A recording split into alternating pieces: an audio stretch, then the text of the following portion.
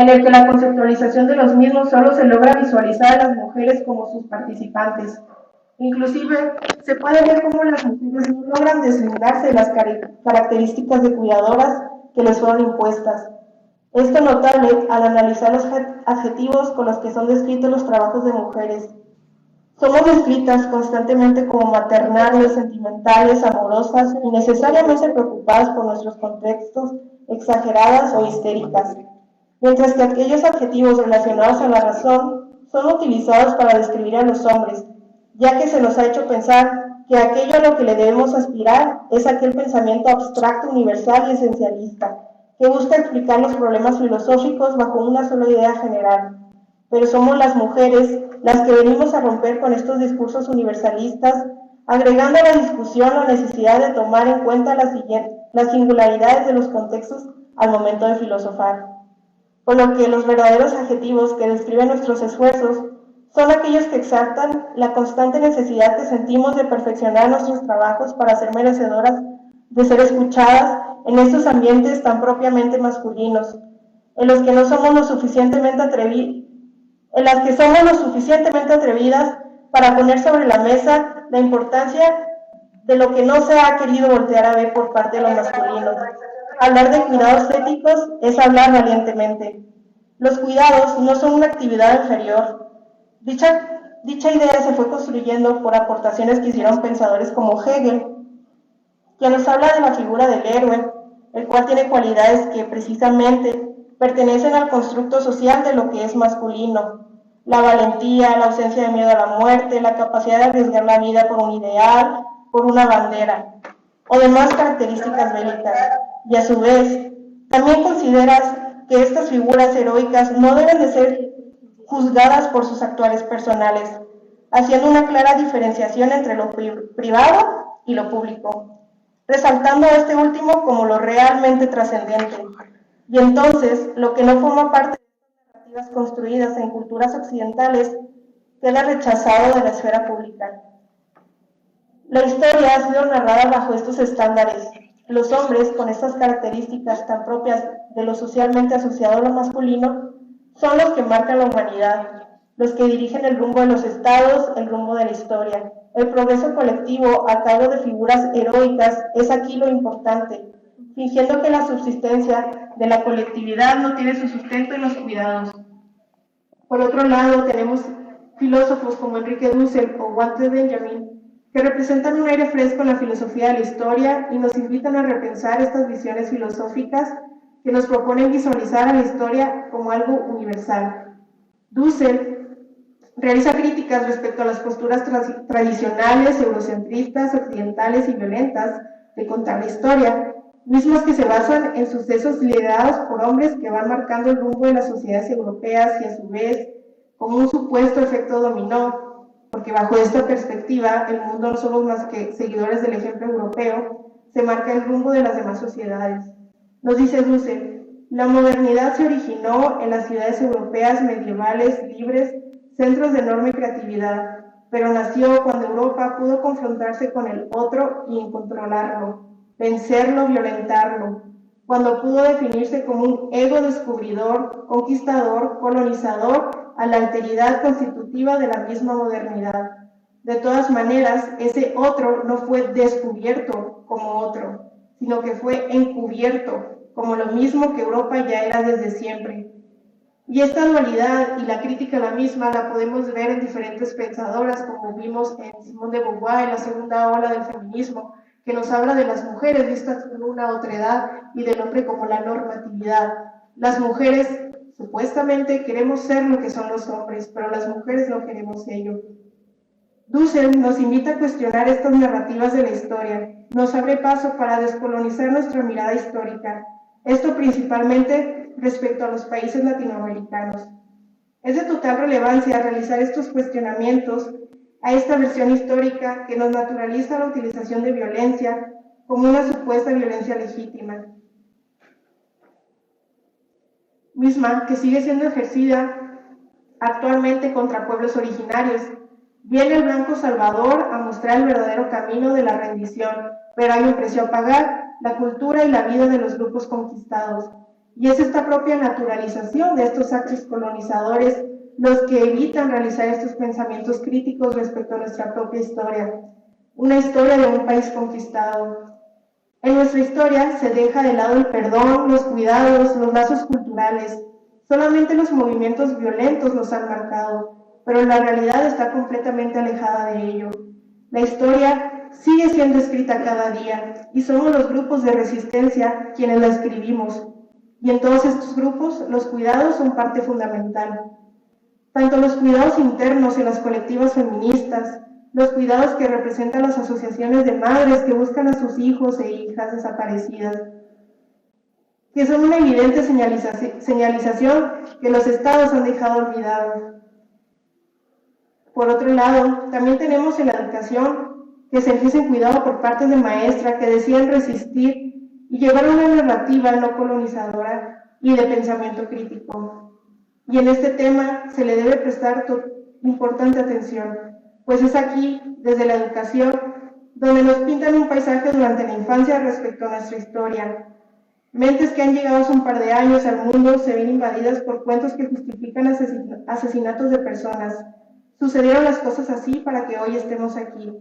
Estamos en aulas escolares, dispuestos y dispuestas a escuchar incrédulamente a las personas que tenemos de frente, personas que a través de la naturalización de la violencia e invisibilización de las mujeres que dedicaron su vida a los cuidados, se dejan atrás los actos violentos. Ay, perdón, me equivoqué, perdón. Por otro lado, como a ver de Enrique Dussel, ahora quiero hablarles de Walter Benjamin. Walter Benjamin nos habla del ángel arrastrador de la historia. Bueno, Walter Benjamin nos habla del ángel arrastrador de la historia, ángel que nos hace olvidarnos de las personas que realmente marcaron la misma, y aquí nos invita a la reivindicación y no olvido de estos grupos. Y yo les digo, ¿qué hay de las mujeres que se quedan en sus países para cuidar a sus familias durante las guerras, que sustentan la economía de las sociedades, teniendo que ejercer un trabajo miserablemente remunerado y otras actividades que ni siquiera son consideradas como trabajo? ¿Qué hay de las enfermeras que deben atender desgarradores daños corporales y emocionales que sufren las personas a causa de los actos de violencia en las guerras que marcan la historia? ¿Qué hay de las maestras que deciden rebelarse de las narrativas occidentales de la historia y siembran en nosotros y nosotras la semilla de la intriga y curiosidad, invitándonos a formar nuestro pensamiento crítico? ¿Qué hay de las mujeres que marcan la historia a través de la rebelación contra el Estado con tal de encontrar a sus familiares? Las madres, ahora abuelas de la Plaza de Mayo, el Comité de Madres Desaparecidas en El Salvador o Justicia por Nuestras Hijas en Chihuahua. ¿Qué hay de las mujeres que se oponen a la colonización y ejercen sus cuidados en colectivas como las coordinadoras nacionales de vidas en Guatemala? Nosotras quedamos olvidadas porque nuestra participación en la sociedad no alimenta la narrativa violenta de la misma. Pero solamente a través de la visibilización del papel que han tenido las mujeres cuidadoras en la historia podremos reivindicarlas, poniendo sobre la mesa los aportes que han tenido y a los cuales les debemos que hoy nos encontremos aquí. La verdadera deuda la tenemos con las luchas no violentas. Finalmente, quiero invitarles a que con aprecio a estas luchas miremos con respeto su pasado, las nombremos, reivindiquemos su papel en la historia y de esta forma logremos forjar un futuro en el que todas las personas seamos partícipes de la coeducación de los cuidados, logrando su colectividad libre de violencia. Gracias.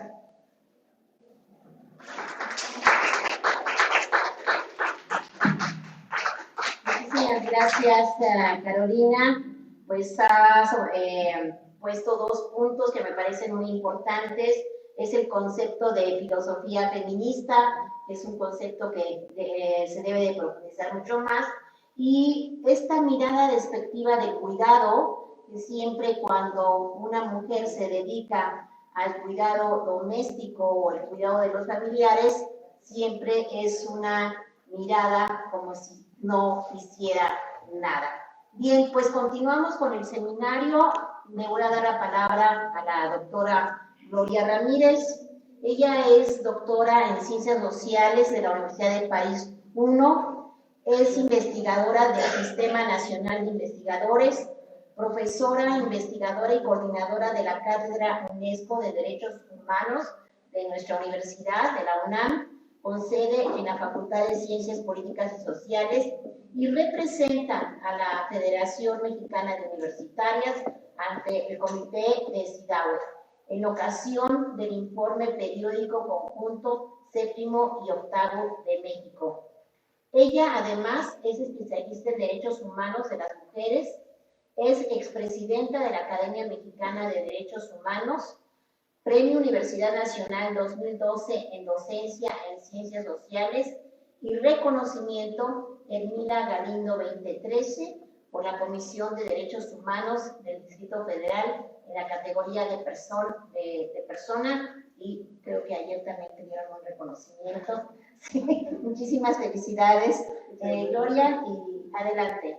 Ella va a hablarnos sobre el derecho a los cuidados, un derecho humano. Adelante, doctora. Bien. Bueno, pues yo quiero decirles que estoy incursionando en un tema que no he profundizado, pero que me interesa mucho poder hacerlo. Y desde luego, pues la interrogante la hice desde el ámbito que he trabajado, que es el enfoque de los derechos humanos, ¿no? Entonces, pues, lo que voy a hacer es una aproximación. Sin embargo, bueno, me dio mucho gusto escucharla y la voy a volver a escuchar, la interesante ponencia que nos precedió, porque nos damos cuenta de los años luz en cuanto al enfoque de los cuidados de Uruguay, donde en 2008 iniciaron este debate. O sea, y se fue legitimando en torno, y hablamos de los partidos políticos para aceptarlo, hasta constituir una ley en 2015. Entonces, que fue institucionalizando, como bien dijo la doctora Galeana, y en ese marco se fueron inscribiendo las políticas sociales de ese gobierno. No, hay que profundizar porque no conozco de fondo, pero me parece este enfoque comparativo latinoamericano esencial, ¿no?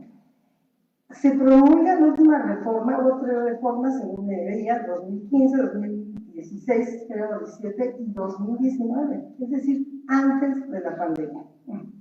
Antes de la pandemia ya se había instalado, institucionalizado, se había dado una ley realmente de los cuidados, ¿no? Este concepto que todavía es complejo y que ha tenido diferentes aproximaciones, porque a fin de cuentas no ha sido precisamente el papel de la mujer reproductora la que en la historia se ha naturalizado esa subordinación a partir precisamente de la violencia sexual, ¿no? Yo bueno, he conseguido mucha bibliografía que tengo que terminarla para presentar en su momento ya un texto mucho más sólido. Lo que voy a hacer es una aproximación, algunas reflexiones, pero sí me parece muy importante que comparativamente, o sea, México está apenas incursionando en este debate, ¿no? Y efectivamente fue, de hecho, en 2020, bueno, ya en la Constitución de la Ciudad de México, como vamos a ver, ya se reconoce esta obligación del Estado de atender los cuidados, pero no hay un sistema ni siquiera en el Distrito Federal, ni mucho menos a nivel nacional. Al contrario, ha habido múltiples resistencias. Y también yo creo que no se ha inscrito realmente como una política pública. Entonces, para mí, porque chocaría con la política pública actual, del régimen actual, en cuanto a los apoyos del bienestar. O sea, yo pienso que son en ese marco, y ya entendí por qué no le da a mujeres el papel que debería darle. Porque tiene una óptica absolutamente diferente. En ese marco nada más quiero mencionarles un texto que he buscado, bueno, estas aproximaciones desde los antecedentes, el texto de Carrasco Norderías, antes de iniciar la presentación, si me esperan tantito, que nos habla de las investigaciones sobre la historia del trabajo, atendiendo inicialmente a una perspectiva, desde luego, interdisciplinaria. Y voy a leer un párrafo, dice: el interés por un ámbito más próximo a lo que llamamos un trabajo de cuidados Vino inicialmente de la mano de 4 grandes tendencias o subdisciplinas historiográficas. La primera, la segunda obra de la Escuela de los Anales, llenó de interés por el mundo privado. La historia de la familia, que también es otra aproximación, que se interesaba por la natalidad y la fertilidad, como la llamada historia de los sentimientos. O bien la historia de la infancia y la historia de las mujeres, pero desde una perspectiva de una historicidad, considerándolos seres reproductivos, ¿no? Pero también analizando continuidades y estructuras de las culturas y las prácticas de la maternidad, la lactancia, la higiene doméstica y en general en torno a los cuidados de la infancia, en la que en una transición a sociedades modernas, ¿no? También hice los aportes de la historia de la medicina, y de hace rato de la cuerpa, ¿no? Este objeto que no fue sino objeto de la sociología y de las ciencias sociales hasta el siglo XX, pero sí fue objeto de la filosofía, ¿no? Y me parece importante. Es decir, tenemos que verlos desde una perspectiva interdisciplinaria, ¿no? Pero sin lugar a duda, pues esta perspectiva histórica a través de diversas teorías me parece muy importante, ¿no? Y sobre todo, pues es la historia la que nos va a dar este análisis del trabajo doméstico y el trabajo de los cuidados en un tránsito hacia la sociedad liberal. Y en el que vemos que pues hasta hoy en día efectivamente estamos planteándonos un debate de por qué, y ahí es donde voy a pasar a unas reflexiones muy primarias, pero que nos acercan con estas justificaciones de las que se hablaban y en el ámbito también del bien común o del universalismo, que efectivamente pues todavía seguimos cuestionando ese famoso universalismo. Que por cierto, sabemos que cuando surgen los primeros debates feministas en la época de la Ilustración, surgen precisamente por el universalismo, ¿no? ¿Sí? Entonces dijeron las mujeres, bueno, si tenemos derechos universales, ¿dónde están los nuestros? ¿No? Y entonces, en una relación, y desde, como dice Amelia Valcárcel, desde una historia de la misoginia, se preguntan por qué hemos sido excluidas, ¿no? Y entonces empieza lo que podemos llamar, pues lo que sería la primera época y la reflexión desde una óptica feminista. Entonces ahora vamos a pasar al cuidado, con esta primera aproximación. Si me hace favor, de nuevo así, así de vuelta, así muy bien. Quiero leer esta frase de María Noel Baeza: el derecho al cuidado es un derecho humano.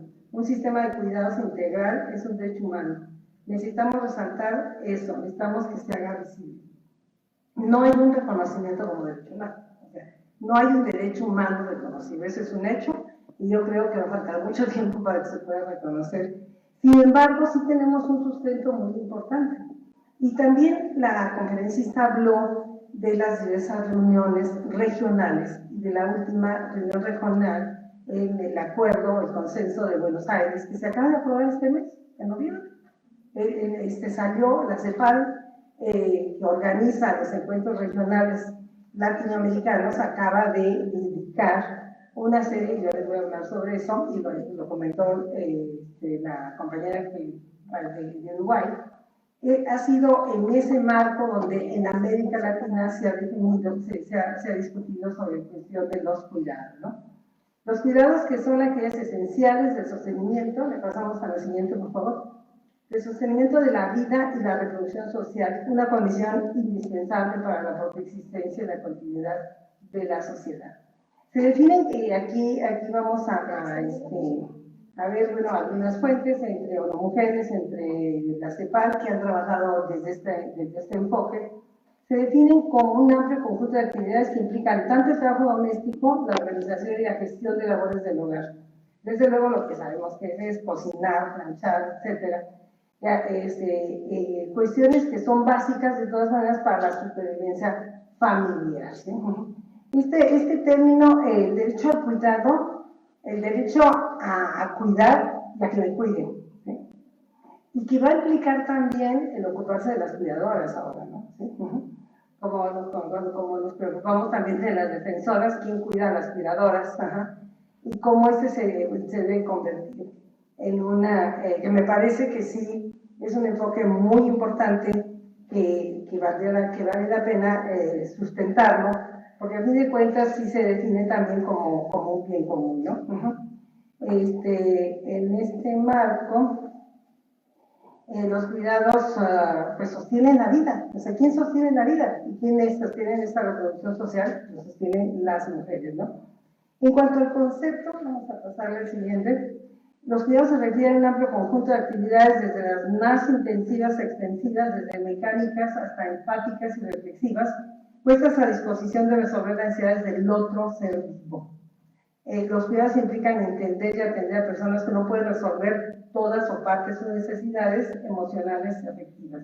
La idea de entender ayuda a una conexión necesaria entre quien cuida y quien recibe de esos cuidados. Ahí vemos también cómo la Oficina Internacional del Trabajo se ha ocupado de entender y de reflexionar, y es ahí donde va a surgir la primera legislación para lo que todavía en la Oficina en la Organización Internacional del Trabajo le llama los y las trabajadoras domésticas. Término que las trabajadoras del hogar rechazan porque habla de domesticar. En la reforma que hubo recientemente en México, y es todo un andamiaje muy importante, se va a reconocer, y esto nos toca precisamente en la pandemia, las trabajadoras del hogar no están reconocidas como trabajadoras. Era verdaderamente de servidumbre de principios de siglo antes de la Revolución Mexicana, ¿no? Y va a haber un paso muy importante en su reconocimiento, cosa que la Organización Internacional del Trabajo había solicitado desde el siglo pasado, y que es la que va a hablar de estas actividades que refieren al cuidado directo, personal y relacional, que incluye todas las actividades cuido de los integrantes, que sean las niñas, que sean las menores de edad, que sean personas adultas, etc. Y también las mujeres se encargan de cuidar a personas que son independientes, no son dependientes, perdón, dependientes. Este es un primer tipo de actividades, y el otro, todo lo que concierne pues el mantener el hogar para que efectivamente pueda atenderse estas personas, puedan comer, ¿no? En este marco se realiza también, y hemos hablado, yo creo que hubo muchísimo, bueno, yo creo que un enfoque que no mencioné, que para mí, con mi conocimiento de ser especialista en estos términos, y aquí tenemos una gran economista, que además está en una red de economistas feministas. Para mí es desde ahí, donde hace como 10 años, si no me equivoco, que debe haber sido como 2010, 2011, empezaron a hablar de los cuidados y de quién cuidaba la vida, ¿no? O sea, que hay compañeras latinoamericanas, tú misma. Un trabajo de las economistas también fundamental, porque a fin de cuentas lo que está en el centro es también esta óptica económica, ¿no? Y creo que de esa también ha habido ya varios aportes, ¿no? El derecho al cuidado, ¿le pasamos al derecho al cuidado de la 1? Adelante. Adelante, derecho al cuidado, adelante. Ahí. La provisión diaria de cuidados resulta indispensable para el funcionamiento social, ¿sí? No solamente de la familia, sino de la comunidad, ¿no? Para el bienestar y para el desarrollo humano. En ese sentido, y coincidimos, fue entre los argumentos, creo que tienen un gran argumento, como decía la doctora Rodiana, que hay que revisar ese modelo que está muy bien sustentado. Creo que la fundamentación del Uruguay y los diferentes principios son muy bien sustentados. El considerarse un bien público, y es ahí donde vemos la responsabilidad del Estado. Ese bien público, en tanto, contribuye a la satisfacción de necesidades básicas, físicas, efectivas y estructurales de las relaciones familiares y comunitarias. El cuidado y todas las acciones que intervienen conllevan pues a lo que ha sido esta invisibilización, pero también hay algo muy importante. Y en México ya no hablan tanto en Uruguay, porque ya yo entiendo que ya está institucionalizado y está legitimado, pero aquí hablamos de tomarlo en cuenta. O sea, es invisibilizado, desvalorizado absolutamente. O sea, no es no tiene ningún valor, porque a fin de cuentas viene a ser el motor que reproduce la desigualdad de la mujer. Y como hay unas resistencias a todo lo que pueda considerarse elementos para fortalecer la igualdad, entonces no se considera. Pero sí lo que se dice en México, y como algunos de los argumentos que ha sostenido efectivamente y mujeres, que es la que ha llevado este trabajo con no mujeres, y a una mujer tiene ya también avances en cuanto a este reconocimiento, es la visibilidad y la valoración del trabajo de la mujer. Un trabajo que es un bien público, pero aún su conceptualización, pues yo creo que quizás en México todavía es algo que no se ha discutido mucho, ¿no? Le pasamos a la siguiente, por favor. Todas las personas en cualquier etapa de su vida requieren cuidados, todos lo hemos referido, y el derecho a cuidar y ser cuidado, ¿no? En ese marco debe ser marcada una lógica del derecho, que involucre por una parte el derecho a ser cuidado, el derecho como un derecho constitucional, pero que también, y lo vimos bien en Uruguay, vinculado a un núcleo de derechos. Es el derecho a la salud, es el derecho al bienestar, es el derecho al medio ambiente, es el derecho a tener derechos. Y yo creo que para nosotros la justificación está en el artículo 1 constitucional. El artículo 1 constitucional que nos habla de esta dimensión de interrelación, de integralidad, de universalidad, y que nos lleva a esta obligación del Estado. Entonces, ese es un marco que me parece importante, ¿no? De ahí, desde luego, nos seguimos al siguiente, el cuidado como un derecho universal. Ahí. El derecho a decidir, cuidar, pero también no cuidar. O sea, no es solamente, no quiero ejercer ese papel. Hoy sucede muchísimo, por ejemplo, con las nuevas generaciones, ¿no? Los hijos dicen, bueno, pues ahí nos vemos, ¿no? O sea, ya no se da como en los pueblos, bueno, en los pueblos todavía se sigue dando, ¿no? Pero en el pueblo de mi padre es de que se queda una hija a cuidar y a cuidar o que dan una persona, una sobrina para que te vaya a cuidar a ti, o algunas sociedades todavía un poco, no pueden ser más complejas, pero con tradiciones específicas como los mushes, ¿no? Que el mushe se queda, o la mushe se queda para cuidar, ¿no? Para cuidar a la familia. Entonces hay una transformación, porque además ya no es la madre que puede cuidar al nieto, porque la madre también ya trabaja, ¿no? Entonces ¿cómo le hace, no? Es por eso que se habla de universalizar este derecho, este derecho que implica la responsabilidad, la obligación, recursos, desde luego, para satisfacer las necesidades de cuidado. Y en ya tienen acá en Uruguay una plantilla, ellos dicen un perfil, ¿no? de cuidadores, ¿no? Pero hablaba de cuidadoras y cuidadores, ¿no? Es decir que, y fue muy pertinente también no tener la perspectiva de género, ¿no? Entonces resulta que ya se institucionaliza y entonces sí nos sirve a todos, ¿no? Entonces ya no es el hecho de realmente fortalecer a la mujer, ¿sí me entiendes? Entonces me pasa como todo, ¿verdad? Como ahorita con la paridad, ¿no? Ahora resulta que cuando ganan más mujeres que hombres, ahora sí reivindican la paridad, ¿no? Entonces así como la paridad no es un techo, sino es un piso, también este derecho debe ser un piso, no debe ser un techo, y hay que cuidar que todo el mundo se suba, porque entonces en ese marco ya no estamos desde este enfoque de una responsabilidad de las mujeres, ¿no? Le pasamos también a señora, por favor. Y en este marco, lo que también se reivindica, y estoy hablando ya de la postura desde México, es cómo fortalece, ¿sí? O sea, el considerar precisamente un derecho la autonomía de una persona. Porque obviamente una persona que tiene que atender a alguien no es libre. Y si no tiene los medios desde la guardería para el niño hasta quien va a darle la medicina a mi suegra o a mi madre, no es libre, no tiene autonomía. Entonces, por eso, sin lugar a dudas, el no tener este derecho limita sus posibilidades de lograr autonomía económica, física, toma de decisiones, libertad, un proyecto de vida incluso, ¿no? Se ve frustrado. ¿Le pasamos? Este derecho también se inscribe en la Agenda 2030, pero no es un derecho que atraviesa los otros metas, y eso es algo que ha quedado como limitado.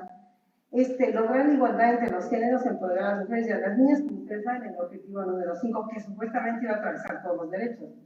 Pero la meta 5.4 dice reconocer y valorar los cuidados y el trabajo doméstico no remunerados mediante servicios públicos infraestructuras y políticas de protección social y promoviendo la responsabilidad compartida en el hogar, la familia, según proceda cada país. Lo está diciendo, ¿no? Es decir, háganlo como puedan. Lo pueden meter como servicios públicos, lo pueden meter como todas estas ayudas del bienestar, o como servicios, ¿no? Pero sí está faltando todo el encuadre realmente y sobre todo una perspectiva de género. O sea, porque esta zona que está en rojo me parece a mí muy delicado, ¿no? Para una mujer alcanzar este objetivo es fundamental para lograr el empoderamiento de la mujer y solo será posible si la responsabilidad del trabajo se comparte en la familia, ¿no? Y ahí tenemos también otra cantidad de acciones que se han desarrollado. Pienso también en las acciones que también son muy incipientes de armonizar los horarios laborales con la familia, ¿no? Que ni siquiera han permeado totalmente en varias carreras, pensemos por ejemplo en el magisterio, ¿no? Todavía que una persona pueda aspirar a, gracias, que una persona pueda aspirar a que la cambien en el ámbito, por ejemplo, magisterial, ¿no? Bueno, pues a mí me dieron mi plaza, pero me la dan en Toluca y resulta que mi esposo me la dan en San Pedro, en Tlalpan. Entonces, ¿cómo puedo hacerle para que puedan las dos plazas porque tenemos una vida familiar? Estamos lejos de eso. Lo cual ya se han instaurado otra serie de medidas, y sobre todo, bueno, el Rodolfo conozco un poquito más, ¿no? En este marco, quiero decir que, ¿qué sucedió con la pandemia? Pues con la pandemia nos dimos cuenta que aumentó el trabajo de las mujeres, ¿no? Nos dice INEGI, nos dice CEPAL, nos dicen cómo este trabajo no remunerado, y por aquí ya tengo algunas estadísticas, pasándole más rápido para terminar, la distribución del tiempo, ¿no? La distribución del tiempo, pasamos tantito, le seguimos tantito también, por favor. Ahorita creo que los reportes antes de pasar a otro tema de Federici es importante. Debemos admitir que Capital ha tenido mucho éxito escondiendo nuestro trabajo, ha creado una obra maestra a expensas de las mujeres. Mediante la denegación del salario para el trabajo doméstico, su transformación en un acto de amor, el Capital ha matado dos pájaros de un tiro, ¿no? Federici tiene unos trabajos interesantes en este ámbito. Y regreso al tema, la sobrecarga de las mujeres. Hoy incluso creo que está aquí más adelante, no sé dónde es, pero estaba a un porcentaje, antes de la pandemia, 49% de trabajo de las mujeres, de trabajo que realizaban los hombres en la casa. Y hoy, y por cifras y ya corresponde al mismo tiempo que dedican al ámbito laboral, es el mismo tiempo que dedican en el ámbito de la casa. Y la pandemia llevó a esa situación. Vimos cómo fuimos en ese marco, pues las primeras afectadas, ¿no? Y uno de los derechos precisamente es este acceso, ¿no? Y bueno, pues miren, para irnos un poquito más rápido, en el ámbito de, pasamos por favor, esta es la extensión del tiempo, ¿no? Creo que todos lo sabemos, se ha comentado en otros encuentros, y vemos que en México existe, es amplísimo, ¿no? Aquí de 2014, las mujeres estaban con una carga mucho mayor, y después de la pandemia esta se va a duplicar, ¿sí? Adelante. ¿Le pasamos, por favor? También, adelante. Bueno, aquí estamos viendo estos datos de INEGI, que nos habla de la sobrecarga del trabajo doméstico. En 2020, el valor económico de las labores domésticas e empleados reportó un monto de 6.4 billones, equivalente a 27% del PIB. Ese monto, las mujeres contribuyeron con 73%, mientras los hombres con 26%. Y cuando esto se traduce en ámbitos económicos, desde luego, pues el trabajo no remunerado va a fortalecer al capital, a fin de cuentas, ¿no? Le pasamos a la siguiente, voy a pasarle para llegar a la responsabilidad del Estado. Adelante. Aquí vemos tres ámbitos que me parece importante. Es el de reconocer, redistribuir y reducir, ¿no? Estos son tres elementos que y que aquí estamos en México. O sea, estamos en este debate de que se reconozca el trabajo de los cuidados, de que se valore, de hacer una diferente redistribución y de una reducción. O sea, estamos lejos de la política que tiene Paraguay, Uruguay en este ámbito, ¿no? Que nosotros apenas estamos debatiendo con múltiples resistencias, ¿no? En el artículo número 9, le pasamos por favor, quiero leerles ya voy a terminar, el artículo 9 de la Constitución Política de la Ciudad de México. Ustedes saben, una constitución de derechos. Toda persona tiene derecho al cuidado que sustente su vida y le otorgue los elementos materiales y simbólicos para vivir en sociedad a lo largo de toda la vida, de toda su vida. Las autoridades establecerán un sistema de cuidados que preste servicios públicos universales, accesibles, pertinentes, suficientes y de calidad, y desarrolle políticas públicas. El sistema atenderá de manera prioritaria a las personas en situación de dependencia por enfermedad, discapacidad, ciclo vital, especialmente en la infancia y la vejez, y a quienes de manera no remunerada estén a su cargo. Pues también esta definición que en la Constitución Política de la Ciudad de México pretende, pues se puede justificar por todo, se convierte en servicios públicos, ¿no? No se convierte realmente en un sistema integral, y no se convierte en un sistema integral que tenga perspectiva de género. O sea, es cambiarle las cosas de otro nombre simplemente, ¿no? Y a mí se me hace eso delicado. Creo que sí, efectivamente, como bien le pasamos al siguiente, comentó la doctora Galeana, ha habido 7 iniciativas, 2 en el Senado de la República, 5 en el Congreso, y estas iniciativas para establecer el derecho al cuidado y al ser cuidada también propone, como en la Ciudad de México, que aunque ya está en la Constitución, no se ha implementado, también propone un sistema nacional de cuidados. Que el mayor avance que se da, aquí vemos que hay varias reformas, que se han, inclusive se aprueba, como bien se comentó, le va a dar rango constitucional derecho al cuidado y a cuidar a partir de un dictamen, y se adiciona, por cierto, al artículo 4, que siempre pone, donde no cabe nada, lo ponen acá, ¿no? Es en ese marco que después pasa al Senado y ahí está detenido. No se ha avanzado en ese ámbito, ¿no? Lo que más se logró, vamos a pasarle, por favor, es la Alianza Global de los Cuidados en el Foro Generación Igualdad, con apoyo de muchos recursos que consiguieron. Se hace esta famosa Alianza por los Cuidados, que es una iniciativa global de mujeres en el marco del Foro Generación Igualdad, y que culmina con una serie de propuestas, pero que son iniciativas que no están dando ese enfoque de reconocimiento, ¿no? Aunque comenten que es importante. Pues transformar dice el Foro Generación Igualdad, transformar la cultura y reducir las desigualdades, garantizar el reconocimiento y reducción y distribución de trabajo doméstico de cuidados entre actores corresponsables, que parece que más bien es una plegaria de buena voluntad, ¿no? Nos vamos a pasar, esta alianza es multiplicadora, co-creativa y presenta una suma de voluntades. Vamos a adelantar.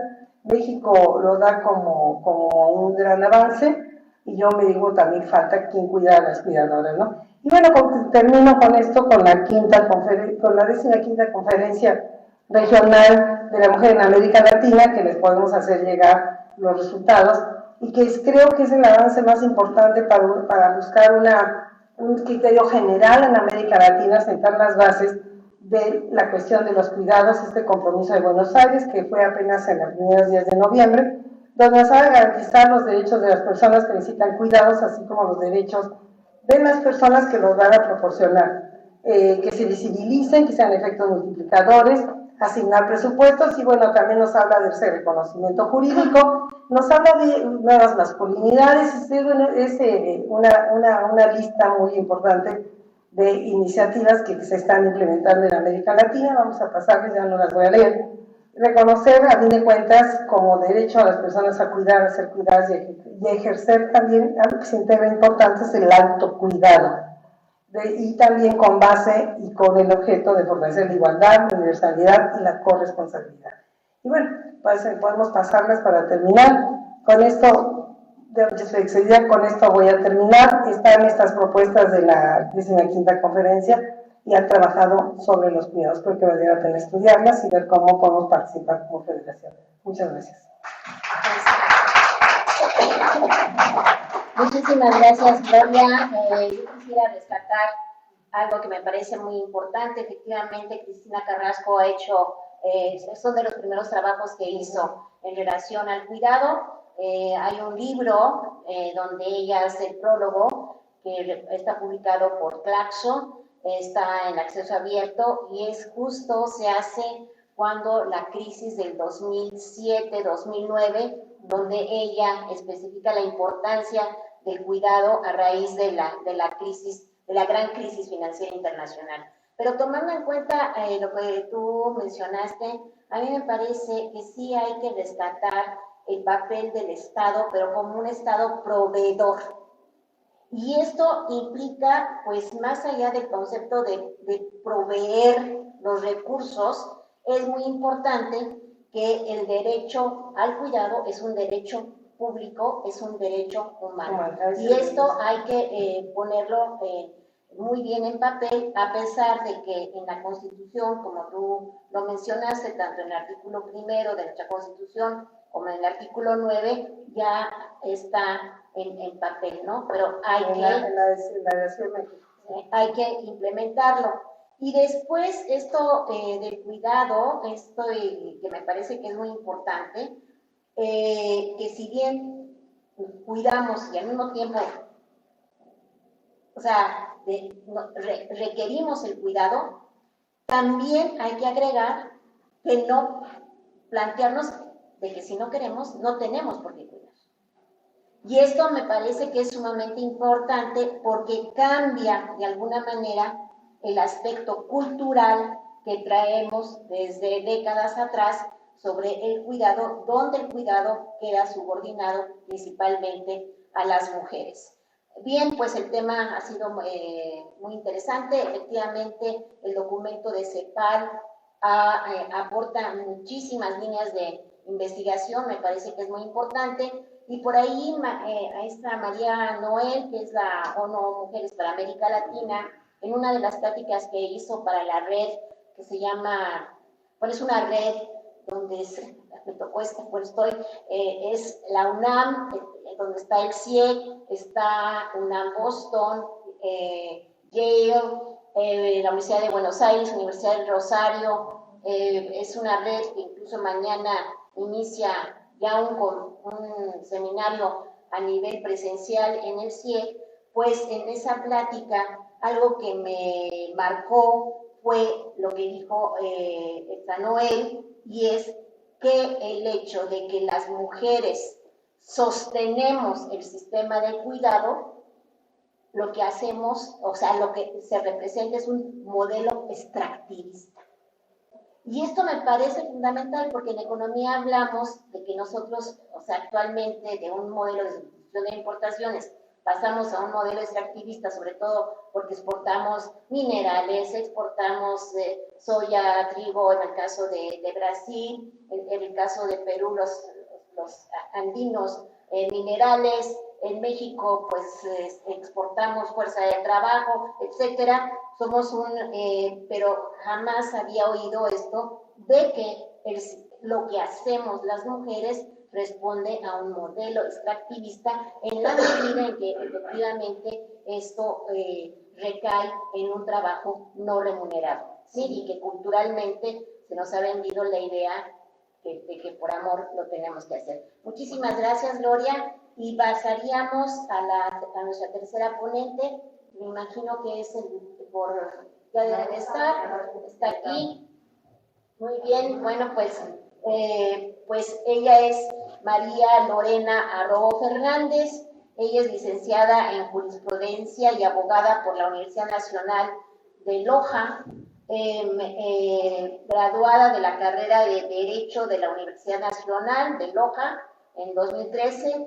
Tiene un máster en Derecho Penal por la Universidad de Salamanca, doctoranda en Estado de Derecho y Gobernanza Global en la Universidad de Salamanca, investigadora invitada en el Instituto de Derecho Penal Europeo e Internacional de la Universidad de Castilla-La Mancha y miembro de Fernández Piedra y Asociados.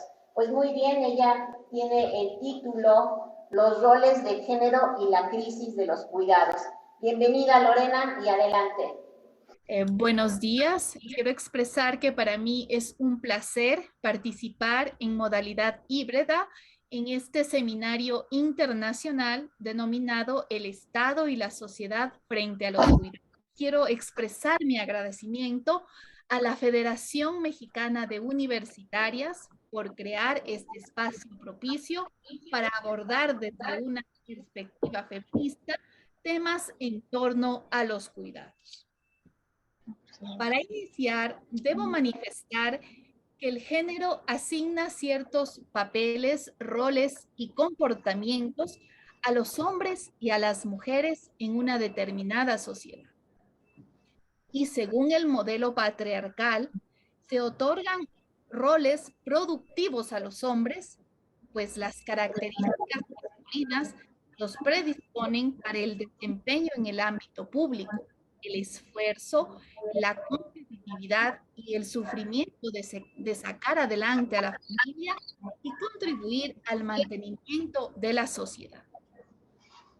Por el contrario, a las mujeres se les asigna roles reproductivos, donde las características femeninas predisponen a las mujeres para el cuidado, la crianza y la permanencia dentro del hogar, en un entorno cómodo, protegido y seguro, aunque a veces dificultuoso y abnegado. De esta manera, la sociedad asigna espacios diferentes. El ámbito público, lugar del reconocimiento, la remuneración y el prestigio a los hombres, y el ámbito privado, lugar del anonimato, lo gratuito y lo irrelevante a las mujeres. Consecuentemente, los roles de género y el modelo de familia tradicional han otorgado de manera casi exclusiva los cuidados a las mujeres, independientemente de si estas son abuelas, madres o hijas, excluyendo, o mejor dicho, excluyéndose los hombres de las actividades domésticas y de cuidados. Así pues, el trabajo de cuidado continúa considerándose una tarea inminentemente femenina, a la vez marginal o social y económicamente irrelevante. Por otro lado, hay que subrayar que el debilitamiento de la familia como red de apoyo fundamental y la persistente evasión de las responsabilidades por parte de los hombres, las mujeres seguimos siendo las principales abastecedoras del cuidado y de la reproducción. Ahora bien, vale preguntarse, ¿quiénes necesitan, quiénes requieren los cuidados? La respuesta inmediata son los dependientes, quienes por su edad o por su situación de enfermedad o discapacidad definitiva o temporal, tienen que depender de otras personas para tener cubiertas sus necesidades de cuidados. Pero lamentablemente, también existen los llamados dependientes sociales. En este grupo se sitúa un gran número de hombres, aún lamentablemente la inmensa mayoría, que son dependientes porque no tienen ni la formación para cuidarse ni quieren hacerlo. Además, debo manifestar que existen diversos factores que han desencadenado la crisis de los cuidados, entre los cuales destacan, primero, el envejecimiento de la población. Segundo, la masiva incorporación de las mujeres en el mercado laboral. Tercero, la precarización del trabajo. 4, la división sexual del trabajo. 5, el desentendimiento del Estado. Todo esto ha significado una sobrecarga en las tareas del hogar que recaen mayoritariamente en las mujeres. Hay que destacar que las mujeres que se habían dedicado de manera casi exclusiva a los cuidados de sus hijos y demás dependientes, así como también a las tareas domésticas, se han incorporado significativamente en el mercado laboral. Sin embargo, este mercado fue ideado, construido y planeado desde una perspectiva androcéntrica, es decir, para los hombres. quienes no deben preocuparse por los cuidados ni el trabajo doméstico. Esto genera un sinnúmero de tensiones para las mujeres madres que tienen que cumplir y solventar una doble carga laboral. En la actualidad es notorio que el tiempo asignado por mujeres y hombres al trabajo doméstico y de cuidado sigue siendo desigual. El tiempo adicional dedicado al trabajo no remunerado también se refleja en las restricciones que enfrentan las mujeres sobre el tiempo dedicado al ocio, la educación, la participación política y el autocuidado. En este sentido, las encuestas de uso del tiempo muestran que cuando las mujeres obtienen un empleo, la intensidad y el tiempo total del trabajo aumenta, al sumarse las tareas productivas con las tareas reproductivas. Mientras que el tiempo asignado por los hombres al hogar y al trabajo de cuidado no cambia significativamente. Esto pone una tensión considerable en la capacidad de las mujeres para centrarse en oportunidades de empleo productivo y remunerado. Bueno, una vez que hemos hablado sobre los roles de género y cómo influencia en esta crisis de los cuidados, considero necesario exponer algunas reflexiones a manera de conclusión. Primero, los roles de género fomentan las desigualdades y la discriminación. Se sigue asignando a la mujer un papel subordinado en la sociedad. Además, las mujeres que tienen que cumplir con el cuidado de los hijos y personas dependientes ven reducidas sus oportunidades de crecimiento profesional. 2. En la actualidad se evidencia que el número de personas que se dedican a los cuidados ha disminuido, mientras que las personas que requieren cuidados ha aumentado. 3. Los roles de género se convierten en generadores de desigualdades entre hombres y mujeres. Se requiere llegar a un consenso y pensar en alternativas a la actual organización social jerarquizada. 4. El trabajo doméstico y de cuidados es marginal.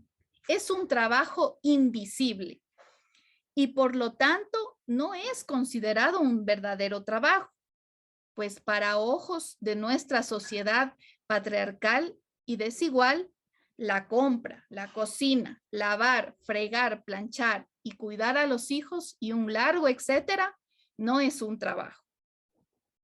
5. En la sociedad patriarcal y machista en que vivimos, se naturaliza la visión de la mujer como propiedad del hombre, la misma que siempre debe estar al servicio y al cuidado de él y de sus hijos. Lamentablemente, muchas mujeres también perpetúan este modelo de familia tradicional. 6. Los cuidados son fundamentales para la existencia humana, pues la humanidad no solo depende de la producción material, sino que también del trabajo reproductivo, como el alimento, el vestido, la protección y el cuidado. Este trabajo, desempeñado en la mayoría de los casos por las mujeres, es tan importante para el bienestar y para la supervivencia de la sociedad como lo es el trabajo remunerado. 7. El mercado laboral está diseñado para personas que no tienen que cuidar ni soportar la extenuante carga de las labores domésticas, los hombres. Por este motivo, considero que es momento oportuno para repensar la estructura familiar y entender a los cuidados como una responsabilidad conjunta de los hombres, las mujeres y la sociedad en general. Es indispensable hacer énfasis en la corresponsabilidad. 8. Es también necesario que el Estado asuma su responsabilidad en los cuidados y que se impulsen políticas públicas encaminadas a solucionar esta problemática. Además, es necesario que se creen estructuras necesarias para guarderías, asilos y centros de cuidados. Por otro lado, hay que dejar de precarizar el trabajo de cuidados que realizan otras mujeres, pobres o migrantes. Y finalmente, es momento de situar a los cuidados como una actividad esencial para el normal desarrollo de la sociedad. Se deben impulsar políticas de bienestar que ayuden a solventar los cuidados. Además, considero que es momento de que exista una transformación del rol masculino. Hasta aquí mi ponencia. Estoy dispuesta para contestar a cualquier interrogante. Muchas gracias.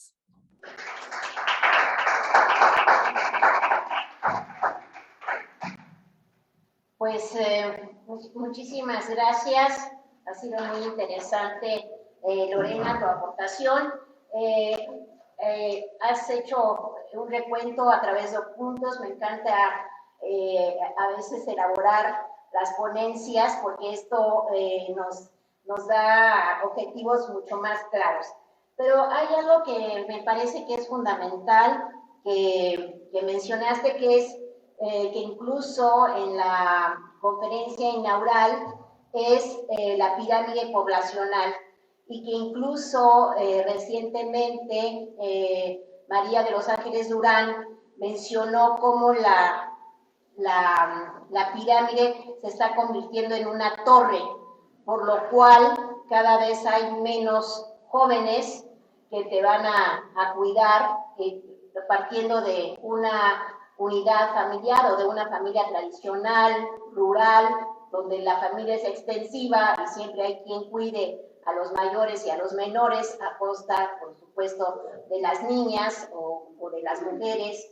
Y entonces el hecho de ir transformándonos a economías, pues cada vez más, yo no sé si utilizar la palabra economías desarrolladas o economías emergentes, pero quizás por también que este resultado de pirámides cada vez en forma de torre es también resultado de los cambios estructurales en la economía, y que difícilmente también el panorama para poder formar una familia o incluso tener hijos es tal la perspectiva hacia el futuro de una fragilidad que difícilmente personas que tienen un mayor grado de educación están pensando en tener un hijo o una hija. Entonces, esto que lo mencionaste, cómo está cambiando, me parece fundamental, y el hecho de que definitivamente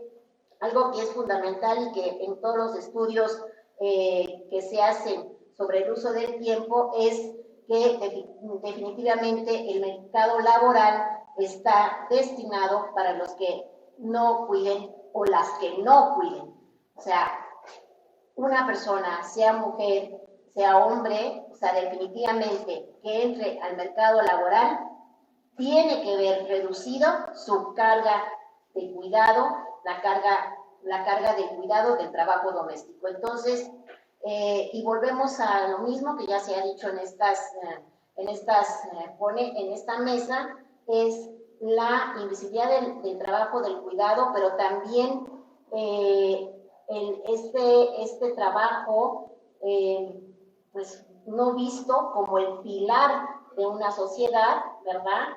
Para que funcione una sociedad, pues tiene que haber un sistema de cuidado que lamentablemente hoy, bueno, desde antes de la pandemia ya se empezaba, ya llevamos varios años hablando sobre el cuidado, pero que definitivamente es un trabajo no remunerado, y muchas veces las personas que trabajan en el servicio doméstico o del cuidado son trabajos muy mal pagados y son trabajos precarios. Entonces yo con esto terminaría, más o menos. Ha sido una mesa muy rica y vamos a dar tiempo para preguntas. No sé si en las redes tenemos alguna pregunta, o incluso empezaríamos aquí en nuestra sala del Museo de la Mujer. Si hay alguna pregunta, si la quisieran comentar, adelante. Yo quisiera hacer un comentario. Adelante. Sí, el día de ayer estuve yo con una fiscala, diríamos, española, y que además se ha encargado de la promoción en el ámbito jurídico, pues de los diversos niveles para poder acceder a ser a tener cargo de fiscal y magistrados y todo en el ámbito jurisdiccional, y comentaba que ella estaba haciendo una propuesta de que las mujeres que buscan una promoción considerar el tiempo que siempre ha sido negativo si ella tiene una interrupción por embarazo, pero esas son las cuestiones que hay que cambiar. Entonces decía, no, si el hombre no tuvo un trabajo interrumpido, gracias a que su mujer fue la que tuvo los hijos y la que se separó del trabajo por tener los dos bebés, se le tiene que dar un doble valor. Y entonces propone que se reevalúe, hizo esa propuesta, dijo que había pasado y que estaba en proceso, pero ese se me hace una experiencia y una práctica positiva, ¿no? Una buena práctica, cómo revalorizar ese trabajo que no tiene valor en la fuerza, en el ámbito laboral, y que efectivamente a la mujer pues la separa, o bien ve su comprometida hasta su salud, porque decide no tomar el permiso por embarazo, no me acuerdo cómo se dice, sí, ¿no? El permiso de maternidad para no ver afectada. Y esto nos pasa incluso con las becarias en CONACYT. Eso me sucedió a mí siendo estudiante, yo tengo 4 hijos, entonces 4 embarazos. Yo en algunas tesis, o sea, no puede uno embarazarse. Y no, dicen sí, pero no te doy la beca. ¿No? Y eso sucede hasta la fecha. Yo he tenido alumnas, doctorantes, que han tenido que parir casi entregando su último capítulo, ¿no? Porque no se les da la autorización. Y no o sea, no solamente no se valora absolutamente para nada, sino no se protege a la persona, ¿no? Entonces yo pienso que son políticas que hay que revisar. Muchas gracias, Gloria. Sí, acá hay otra pregunta, adelante. Muchas gracias, buenas tardes. Felicidades por esta mesa. Hay varias cosas que están aquí cruzando, y una que tiene que ver con cómo ve el Estado mexicano, porque pues es parte de la gran temática, la condición de los cuidados en dos niveles. Uno en el orden de lo federal, porque no está visto, o sea, el Plan Nacional de Desarrollo no ocupa el tema de los cuidados, y en el orden de lo local, desde la Constitución de la Ciudad de México, que sí tiene previsto el tema de los cuidados. Entonces, aquí, ¿cómo lograr esta integralidad de la visión estatal con relación a un bien público, como bien lo menciona la doctora Gloria Ramírez, que tiene que ver con el valor de los cuidados, pero también como un problema público desde otra construcción, desde la construcción de la política pública? Es decir, cómo trazar políticas de cuidado vinculado a una problemática que se da en el entorno de lo privado, en el entorno de lo doméstico, porque finalmente ahí es donde tendrían que incidir las políticas públicas estatales para corregir, vamos a decirlo de esta manera, una situación que la propia condición vinculada a esta profundización de las desigualdades entre los géneros se ha gestado durante siglos, ¿no? Aquí la primera ponencia pues nos hace una serie de referencias de carácter histórico y filosófico. Me llama la atención que no esté asentada desde una filosofía feminista, que es la que nos podría dar prácticamente una visión mucho más clara de cuál ha sido esta dificultad a lo largo del tiempo donde las mujeres hemos quedado a cargo de los cuidados. Pero una visión reciente pues le pone al Estado la mirada, ¿no? Decirle, Estado, ¿qué hacemos con el tema de los cuidados y cómo lo traemos? Uruguay ya nos lleva una gran ventaja, sin duda, pero esta observación que hizo la doctora Galeana, no hay una visión de género, ¿no? ¿Cómo colocarlo en México con esta visión? Muchas gracias. Si quisieran responder. Bueno, no sé si hay otra pregunta o haríamos damos la palabra y cerramos. Sí, adelante. Bueno, es un comentario que voy a tomar en consideración para los pensadores, ¿no? Que nombro que sí, nombro algunas mujeres, por ejemplo, no expresamente, lo cual también es una problemática, pero en la forma en la que se concibe el conocimiento, pues es totalmente masculina. Habla una filósofa que se llama Miranda Flicker, que habla de la injusticia epistémica, que habla que el conocimiento se crea a través de lo masculino y las cuestiones de género no están en ese conocimiento. Y eso yo lo veo, yo todavía soy alumna de licenciatura de filosofía y lo veo al momento de que ves la currícula de las materias que te dan y ves que todo el conocimiento está construido a través de lo masculino. Entonces también tenemos como las mujeres esta dificultad de crear nuestras narrativas de nosotras mismas y tiene que ser a través de nuestra propia voluntad y nuestras propias herramientas. La academia no nos brinda esas, por lo menos en Chihuahua, ¿verdad? Hablo de mi entorno y de mi contexto, no nos brinda esas herramientas para construir un pensamiento de género más crítico y es algo en lo que se tiene que trabajar. Y después, de la forma en la que se va construyendo la historia, que era como que una antesala a lo que expuso después la doctora, que la manera en la que se ven los cuidados es a través de este dualismo muy presente en la filosofía en diferentes campos, de lo privado y lo público, que es lo que está mencionando. Tenemos como que esta barrera de que los cuidados son vistos como lo privado y el Estado pues se va a encargar de lo público y cómo le hace el Estado para entrar a esta rama de lo privado, ¿no? Entonces creo que desde lo filosófico sería como que a través de este cuestionamiento de por qué está el dualismo, de a qué le sirve a lo masculino y al androcentrismo este dualismo, e intentar derribarlo para que también el Estado ahí pueda ejercer su acción y crear estas políticas públicas tan necesarias con perspectiva de género. Gracias.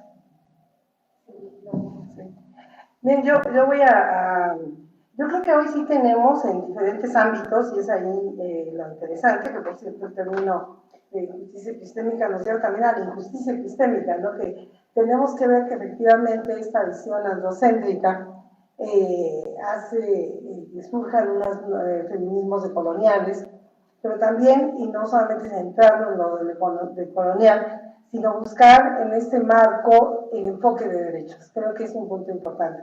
Sí está en la constitución local, porque fue una constitución hecha con un enfoque de derechos y con una perspectiva de género. Eso no hay que reconocerlo. Pero no está en la práctica política. Y hemos hablado desde diferentes ópticas, hemos visto cómo se ha trabajado, pero hay que trabajarlo desde el poder, desde la ciencia política. Y yo creo que no se ha implementado porque sí hay una connivencia en lo local con lo federal. O sea, hay una postura antifeminista del gobierno actual, en no considerar sino el proyecto de apoyos a políticas de bienestar, dirigidas a personas mayores, a jóvenes, etc. A mujeres sí hay algunas acciones interesantes que se han establecido de apoyos a madres solteras, a estudiantes, por ejemplo, también que son madres de familia. Son políticas interesantes, pero no tienen enfoque de las mujeres. O sea, en el máximo ámbito que se ha avanzado, y tú lo conoces muy bien, en el ámbito de lo electoral. Creo que ahí sí hemos podido dar ciertos avances importantes en torno a la paridad en todo y en torno a la tipificación de la violencia política, pero en este ámbito creo que ya hay una institucionalización de estos programas sociales, donde la responsabilidad se le está dando, se sigue dando a la mujer, los apoyos económicos, ¿no? No hay tampoco una política de la Secretaría de Educación Pública, ni para fortalecer la igualdad, ni para prevenir la violencia, ni para desarrollar un enfoque de cuidados, desde este enfoque de cuidados con perspectiva de género. Hay una ausencia absoluta. Entonces, no se ha dado prioridad y estamos en el cuarto año de gobierno. Ya, si bien lo reconoce la Constitución, no se ha implementado. Y no hay medidas a que se vaya a implementar. Porque el proyecto difiere de estos enfoques. Ese es mi punto de vista, ¿no? Entonces, creo que nos hace falta también esta mirada desde lo político y desde el poder. Y más que encontrar una contradicción, yo digo, sí se logró meter, pero no se logró aplicar, ¿no? Entonces, pues seguimos con esa máxima, ¿verdad? Que no se cumple, ¿no? se señala esa máxima de la colonia, ¿no? Que decía, y se acata pero no se cumple, ¿no? Entonces, creo que ha primado más un ámbito político que no reconoce estos enfoques. Muchas gracias, Gloria. Bueno, yo voy a hacer una pequeña reflexión porque justo ahorita con toda esta lluvia de ideas, perdón. No, es que está presente la otra ponencia. Pues sí, perdón. Adelante. Lorena, ¿quieres hacer algún comentario? Adelante. Bueno, me gustaría decir que a mí me parece que los diputados debemos dejarlos de situar como un asunto privado, un asunto de la familia, un asunto de la mujer, y pasarlos a ubicarlos como un asunto público, porque todos necesitamos diputados también para desarrollarnos, también en la vejez necesitamos a necesidad de cuidado. Entonces debemos de cambiar el chip y dejar de pensar que eres algo de la pareja y algo de la familia, y empezar a comprometernos todos. Darnos cuenta que los cuidados son corresponsabilidad de la familia, la sociedad y el Estado. Solo así podemos crear políticas públicas o políticas de bienestar que ayuden a solventar esta crisis. Sí, gracias, Lorena. ¿Algo más que quisieras comentar? No, solo eso. Sí, muchísimas gracias y gracias porque justo esto, Lorena, era lo que yo iba a decir. Esto de público-privado, yo digo que público y privado es igual a privado y público. No puede estarse dividiendo lo público de lo privado y lo privado de lo público, porque a final de cuentas, si partimos de que lo privado es la unidad familiar, y ojo, uso la palabra unidad familiar porque el concepto de familia me suena mucho al concepto familiar que en la década de los 70s, en el gobierno, en la gestión del primer sexenio de los 70s, se decía la familia pequeña vive mejor, y era un papá, una mamá y 2 niños. Bueno, ese concepto totalmente está borrado. Creo que la unidad familiar, hay que pasar a un concepto ya más que es la realidad. La unidad familiar está compuesta por mamá, hijos, papá, hijos, hijas, tíos, nietos, en las zonas donde hay una muchísima migración, pues son abuelos y nietos. Un ejemplo es China, donde no hay un sistema de cuidado y los abuelos y las abuelas son las que cuidan a los niños, mientras que los padres emigran a lo urbano. Entonces, esto me parece que es público-privado y privado-público, es una gran aportación de esta mesa. Y mi reflexión viene porque efectivamente un sistema de cuidado requiere de mucho dinero.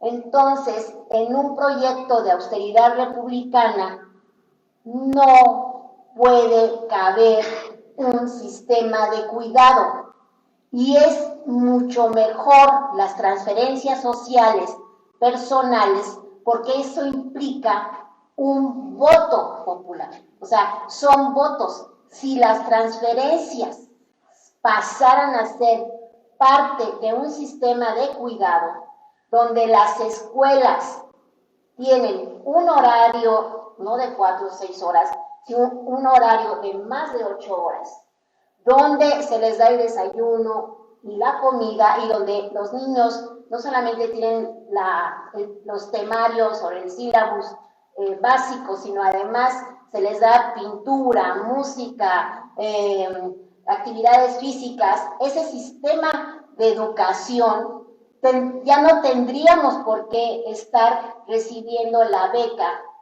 Benito Juárez para los niños o para nuestros estudiantes si hubiera un sistema de educación mucho más fuerte, más, pues sí, más fuerte, más poderoso, y esto ayudaría mucho. Por el otro lado, también algo que me parece fundamental es el acceso también, y ahí el sistema de cuidado entra con el Objetivo de Desarrollo Sostenible número 1, que es pobreza, pero entra que el acceso al agua Y el acceso en estos momentos, el acceso a la luz, a la energía, es fundamental en la medida en que estamos ya en una economía digital que fue un giro de 180 grados a partir de la pandemia. Entonces, hay toda una serie de requerimientos en una sociedad en la tercera década del siglo XXI que tienen que establecerse en un sistema de cuidado. Creo que el primer paso es la ley que se tiene que trabajar. Ya si en Uruguay empieza todo desde el 2008 y lleva 7 años, pues nosotros por lo menos en México ya se habla del sistema de cuidado. Va a ser un proceso muy largo, pero también es un proceso de decisión, porque también esto tiene que ver con que el cuidado también tiene que ver con el medio ambiente. O sea, yo creo que cuidado no solamente es cuidar a que nos cuiden cuando ya estemos un poquito ya más grandes, sino también cuidar a los chicos. Y bueno, allí sí, ¿verdad? Como abuela me resisto a cuidar a mis nietos y mis nietas, ¿verdad? Porque definitivamente creo que ha sido la expresión más obsoleta que he oído en mi país. Muchísimas gracias y bueno, pues un aplauso y gracias.